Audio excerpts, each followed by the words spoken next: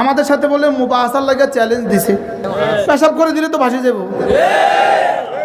আমাদের সাথে আলেন তো এখন তবলিগের দুই গ্রুপ হয়ে গেল। এক গ্রুপে আছে এদেশের 50 লাখ আলেমে দিন, আরেক গ্রুপে আছে 2-4টা কুলাঙ্গার। এখন 2-4টা কুলাঙ্গার নিজেদেরকে হক বলে আর আমাদের 50,000কে বাতিল বলে, এটা কোনো আকলে খায়? বুঝো না? এটা বিবেকে খাবে? হ্যাঁ, এটা বিবেকে খাবে? এখন যে প্রতিদিন মোবাইলে কি বলে সাংবাদিক সম্মেলনে এভাবে মিশা কথা বলে,